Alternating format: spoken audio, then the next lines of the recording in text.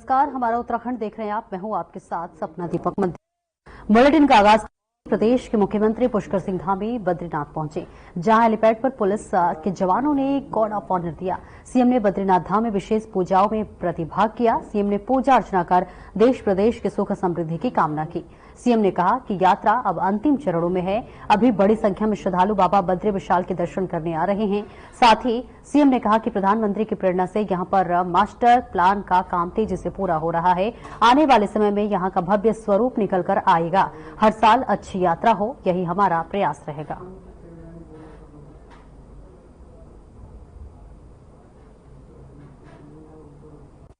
यात्रा अपने अंतिम चरण में है और इस बार की यात्रा से यहाँ के हमारे सभी तीर्थप्रेमी समाज के लोग, हमारे धार्मिक संगठनों के लोग, व्यापार मंडल के लोग, होटल एसोसिएशन, अन्य एसोसिएशन, सभी ने बहुत संतोष व्यक्त किया है कि यात्रा बहुत कुशलतापूर्वक संपन्न हुई है, अच्छी यात्रा हुई है। और यात्रा चूँकि अब कपाट बंद होने में 4 दिन का समय शेष है, लेकिन अभी भी पूरी तरह से भगवान बद्री विशाल के दर्शन करने के लिए श्रद्धालु बहुत बड़ी संख्या में यहाँ पर हैं। निश्चित रूप से ये हमारे प्रधानमंत्री आदरणीय मोदी जी के प्रधानमंत्री बनने के बाद, चाहे वो बाबा केदार की यात्रा हो, जहाँ पर भव्य निर्माण और दिव्य निर्माण हुआ है।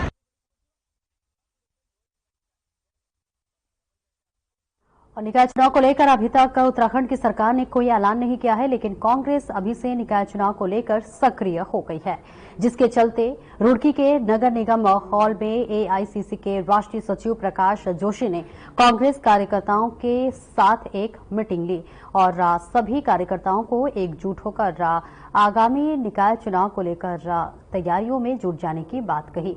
इस मीटिंग में रुड़की महानगर के 2 ब्लॉक के कार्यकर्ता मौजूद रहे।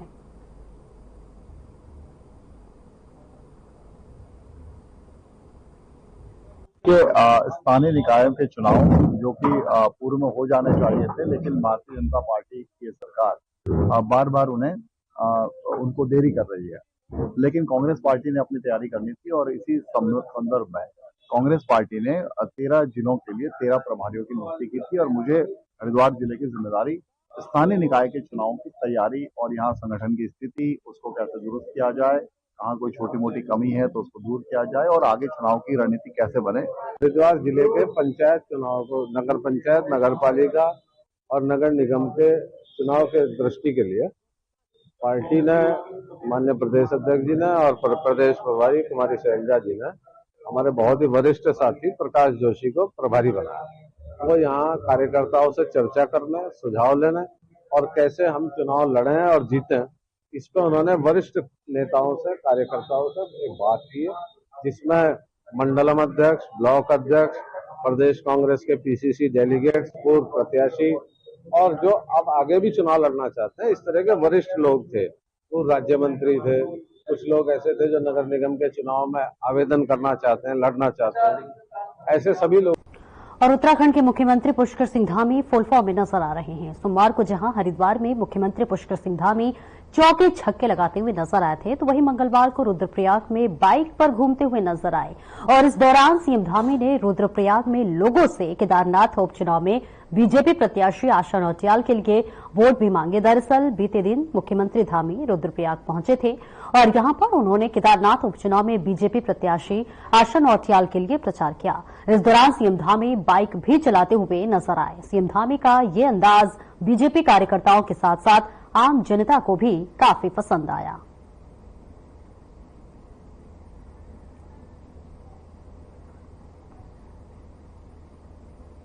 और इस अवसर पर मैं इस क्षेत्र की पूर्व विधायक शैला रानी दीदी को अपनी श्रद्धांजलि अर्पित करता हूं कि उन्होंने अंतिम सांस तक इस क्षेत्र के विकास के लिए लगातार काम किया, लगातार वो चिंता करती थी।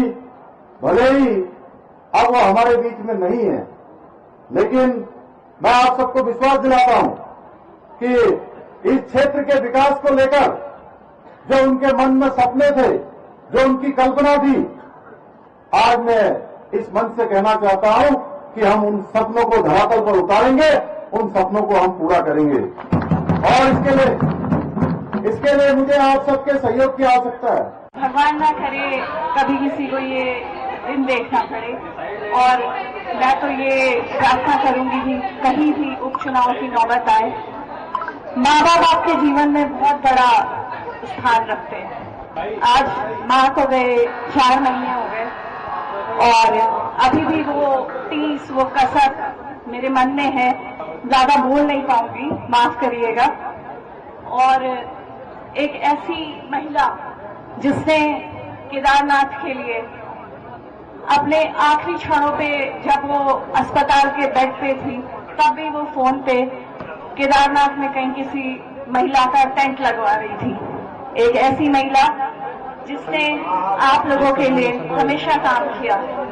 मैं आप सबसे हाथ जोड़ के विनती करती हूँ कि आप लोगों ने भारतीय जनता पार्टी पर अपनी आस्था दिखानी है। और दिल्ली में प्रधानमंत्री नरेंद्र मोदी के साथ उत्तराखंड के लोक पर्व इगास को अपने आवास पर मनाने के बाद गढ़वाल सांसद अनिल बलूनी इस पर्व को उत्तराखंड में भी मनाने मंगलवार शाम को कोटद्वार पहुंचे। कोटद्वार के ऐतिहासिक मालवीय उद्यान में आयोजित हुए इगास पर्व में इस दौरान बड़ी संख्या में लोगों ने हिस्सा लिया।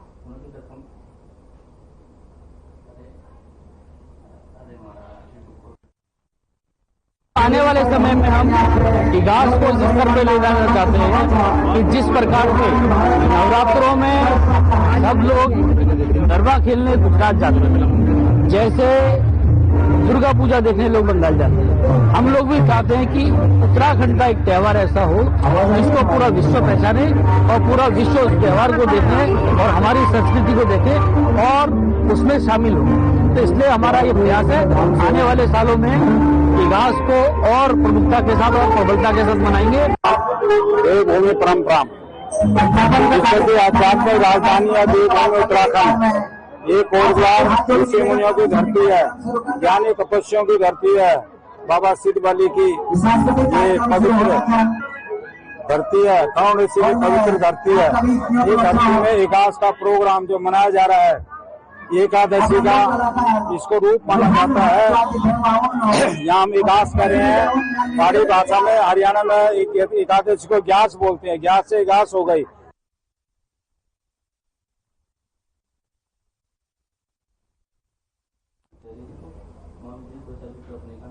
और बीजेपी प्रदेश अध्यक्ष महेंद्र भट्ट ने यूसीसी को लेकर अजीबोगरीबो बयान दिया है। महेंद्र भट्ट ने कहा कि अभी यूनिफॉर्म सिविल कोड नियमावली का ड्राफ्ट तैयार हो रहा है, नियमावली बनने के बाद हम इसे प्रदेश भर में लागू करेंगे।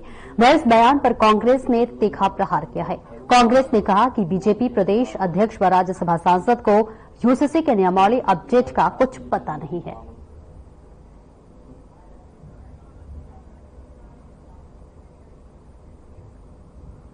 देखिए, यूसीसी के लिए नियमावली बन रही है, नियमावली बनने के साथ ही उसको हम लागू करेंगे। और सबसे बड़ी बात है, जो लोग यूसीसी का विरोध कर रहे हैं वही अगर कह रहे हैं कि जल्दी क्यों नहीं लागू हो रहा है, तो हमारे लिए अच्छी बात है।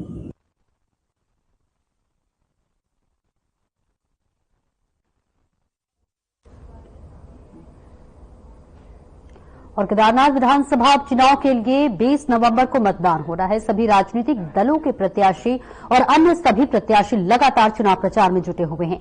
कांग्रेस और भारतीय जनता पार्टी के बीच में मुख्य मुकाबला बताया जा रहा है। कांग्रेस के वरिष्ठ नेता और उप नेता प्रतिपक्ष भुवन कापड़ी ने प्रदेश सरकार पर सरकारी मशीनरी के दुरुपयोग का आरोप लगाया है। उन्होंने कहा कि केदारनाथ विधानसभा क्षेत्र में तमाम सरकारी कर्मचारियों को बीजेपी सरकार ने प्रचार प्रसार में लगा दिया है। उपनेता प्रतिपक्ष भुवन कापड़ी ने कहा कि क्षेत्रीय विधायक के निधन के बाद जितने उपचुनाव हुए हैं उन सभी चुनाव में परिवार के सदस्यों को ही टिकट दिया गया है और ये पहला मौका है जब बीजेपी ने उनके परिवार के बजाय किसी और को टिकट दिया है। उन्होंने कहा कि इस उपचुनाव में कांग्रेस प्रत्याशी मनोज रावत की जीत होगी क्योंकि वह मूल निवास भू कानून और अन्य मुद्दों को लेकर काफी गंभीर है और प्रखर वक्ता है।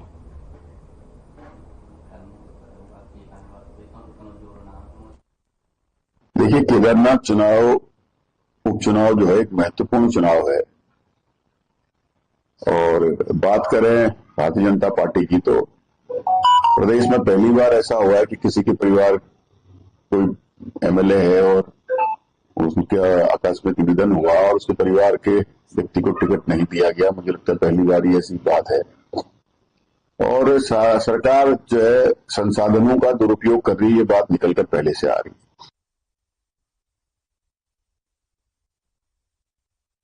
दिखा दें, जहां पर आपको बता दें, भुवन कापड़ी ने लगातार ये आरोप लगाते हुए नजर आ रहे हैं। इस बीच आपको यह भी बताते चले कि 20 नवंबर को उपचुनाव होने वाले, जिसके बाद से लगातार कांग्रेस बीजेपी पर तीखा प्रहार करते हुए नजर आ रही है। कई तरह के आरोप लगाए जा रहे हैं। मशीनरी के दुरुपयोग का भी आरोप लगातार कांग्रेस की तरफ से लगाया जा रहा है, जहां कहा जा रहा है कि सरकारी मशीनरी का दुरुपयोग किया जा रहा है और इसी के साथ साथ ईवीएम को भी लेकर कई बड़े आरोप लगाए जा रहे हैं। और वहीं विभिन्न मांगों को लेकर उपनल कर्मचारियों ने जो सचिवालय कूच किया था, उसका असर देखने लगा है। और उपनल कर्मचारियों को लेकर मुख्यमंत्री पुष्कर सिंह धामी ने भी आश्वासन दिया है कि जल्द ही उनकी मांगों पर सकारात्मक कदम उठा लिया जाएगा। साथ ही शासन के अधिकारियों ने वार्ता के दौरान आचार संहिता लगे होने के चलते निर्णय लेने पर भी असमर्थता जाहिर की है। शासन के अधिकारियों के साथ हुई वार्ता और मुख्यमंत्री से मिले आश्वासन के बाद उपनल कर्मचारियों ने भी अपनी हड़ताल को स्थगित करने का काम किया है। उपनल कर्मचारियों को लेकर कांग्रेस ने भी सरकार पर जबानी हमला बोला है। कांग्रेस की मुख्य प्रवक्ता ने कहा कि राज्य सरकार हमेशा ही कर्मचारियों के साथ सौतेला व्यवहार करती है। कांग्रेस प्रवक्ता ने कहा कि सरकार के आसपास जुमले की तरह है, जो कि सुनने में अच्छे लगते हैं, लेकिन वह आश्वासन पूरे नहीं होंगे।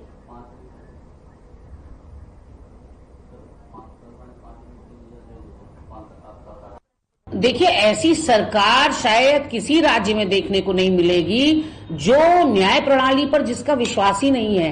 हाई कोर्ट से उपनल कर्मी जो हैं अपना केस जीत गए, सुप्रीम कोर्ट पहुंच गए। सुप्रीम कोर्ट ने भी कह दिया कि यथावत रखा जाए हाई कोर्ट का निर्देश, और चरणबद्ध तरीके से उपनल कर्मियों को नियमित करने की बात दोनों ने कही है। पर सरकार जो है पुनर्विचार याचिका दाखिल कर रही है। इसका मतलब अपने पक्ष में नतीजे आने के बाद भी उपनल कर्मियों की झोली खाली की खाली रह गई।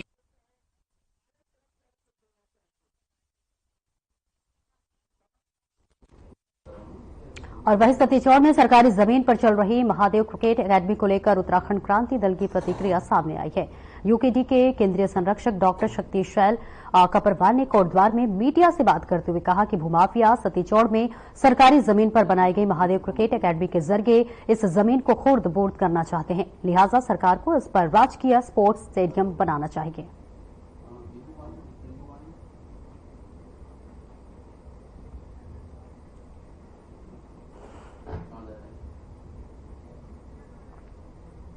महादेव क्रिकेट एकेडमी की जो जमीन है सरकारी जमीन है और उस पर कुछ माफियाओं की प्रत्यक्ष और अप्रत्यक्ष रूप से नजर है। उत्तराखंड क्रांति दल ने मुख्यमंत्री से मांग की है कि जो महादेव क्रिकेट एकेडमी है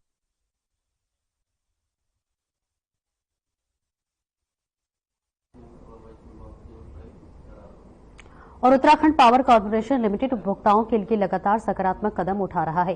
विभाग की ओर से प्रदेश के बिजली उपभोक्ताओं को लगातार बड़ी राहत भी दी जा रही है। यूपीसीएल के एमडी अनिल कुमार यादव ने बताया कि उपभोक्ताओं को पिछले 5 महीनों में 324 करोड़ रुपए लौटाए गए हैं।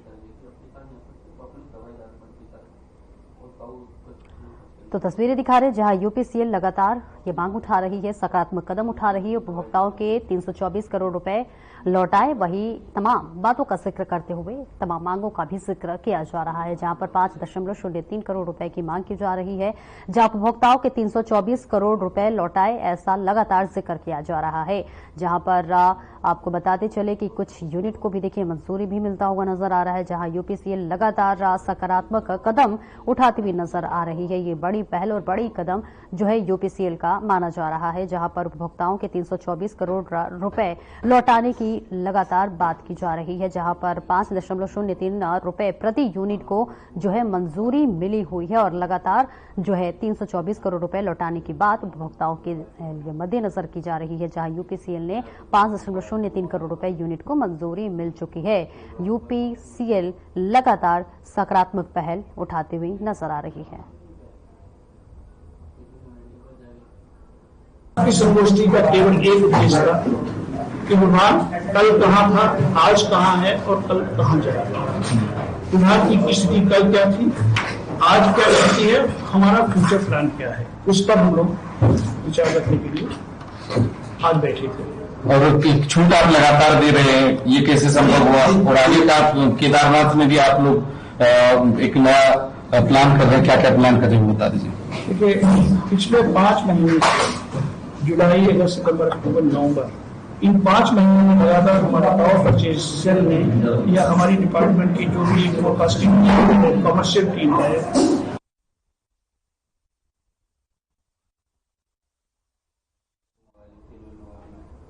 और ऋषिकेश की कार्तिकेय शर्मा ने पावर लिफ्टिंग टेस्ट प्रतियोगिता में गोल्ड मेडल जीतकर राज्य का नाम रोशन किया है।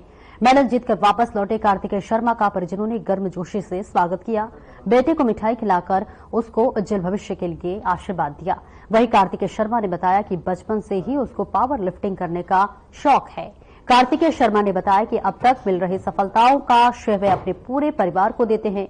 कार्तिकेय शर्मा के पिता संजय शर्मा ने बताया कि 10 नवंबर को रुद्रपुर में Kumaon power lifting state championship आयोजित हुई थी।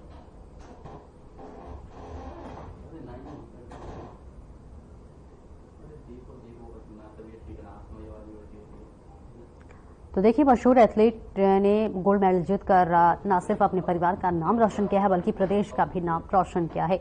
राज्य का नाम रोशन करते हुए जो है एक बार फिर जो है नाम बनाते हुए नजर आ रहे कार्तिकेय शर्मा ने स्वर्ण पदक जीता है। गोल्ड मेडल उन्होंने अपने नाम किया है और इसी के साथ साथ राज्य का नाम रोशन किया हुआ है, जिसके बाद से कार्तिकेय शर्मा के परिवार में खुशी का माहौल है तो वहीं प्रदेश में भी खुशी का माहौल देखा जा रहा है। इसी के साथ साथ उन्होंने अपनी इस जीत का श्रेय अपने पूरे परिवार, अपने पूरे माता पिता को दिया है, पूरे फैमिली को दिया है और इसी के साथ साथ उन्होंने गोल्ड मेडल जीतकर पूरे प्रदेश का नाम रोशन किया है। आपको बताते चले कि उन्होंने बचपन से ही लगनशील और परिश्रमशील रहे हैं कार्तिकेय शर्मा और उन्हें बचपन से ही लिफ्टिंग का शौक था और अब जो है उन्होंने गोल्ड मेडल जीता है, जिसके बाद से प्रदेश में खुशी की लहर दौड़ गई है और इसी के साथ साथ परिवारजनों में भी खुशी का माहौल देखा जा रहा है। एक दूसरे को मिठाई खिलाकर लोग कार्तिकेय शर्मा को बधाई देते हुए नजर आ रहे हैं। मशहूर एथलीट हैं और इसके बाद आपको बताते चले कि इसके पहले भी उन्होंने कई मेडल अपने नाम किए हैं और इस बार आपको बता दें गोल्ड मेडल जीतकर उन्होंने न सिर्फ अपने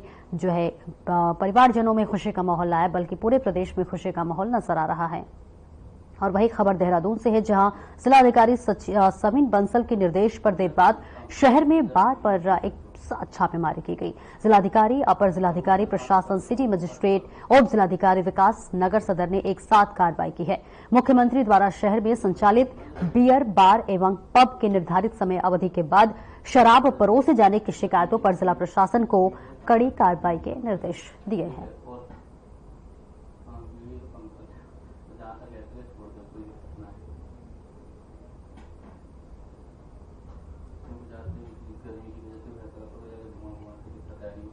और वहीं खटीमा में के यूपी उत्तराखंड सीमा पर मझोला से लगे देवा फीडर नदी में एक युवक का शव तैरता हुआ मिला, जिसे देखकर स्थानीय लोगों और राहगीरों में हड़कंप मच गया। स्थानीय ग्राम प्रधान पति द्वारा इसकी घटना की सूचना पुलिस को दी गई। मौके पर पहुंची पुलिस ने शव को कब्जे में लेकर पोस्टमार्टम के लिए भेज दिया।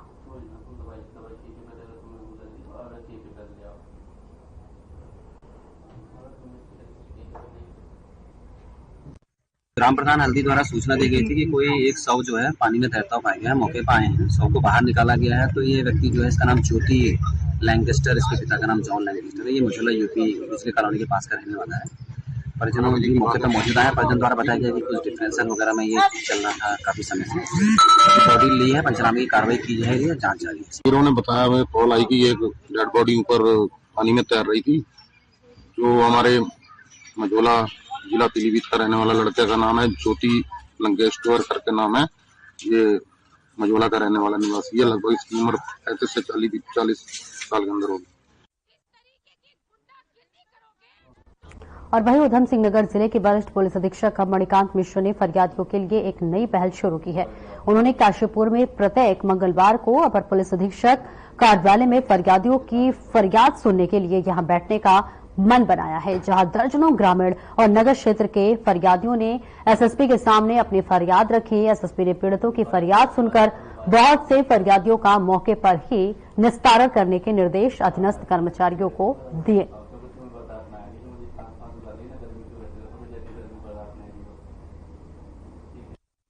बताना चाहता हूं कि जिस दिन से मैंने उधम सिंह नगर जनपद की कमान संभाली, उस दिन से लोगों की समस्याएं किस प्रकार की हैं, जो इनके प्रार्थना पत्र आते थे उसको पढ़ना शुरू किया। पढ़ने के उपरांत पता चला कि बहुत सारे ऐसे गरीब लोग हैं जो कि इस काशीपुर एरिया, जिसमें जसपुर, कुंडा, बाजपुर, इस एरिया के लोग हैं जो वहां आ पाने में, रुद्रपुर आ पाने में असमर्थ हैं, और आते भी हैं तो उनको अपनी 2-3 दिन की कमाई इसमें लगानी पड़ती है और अपना समय गंवाना पड़ता है।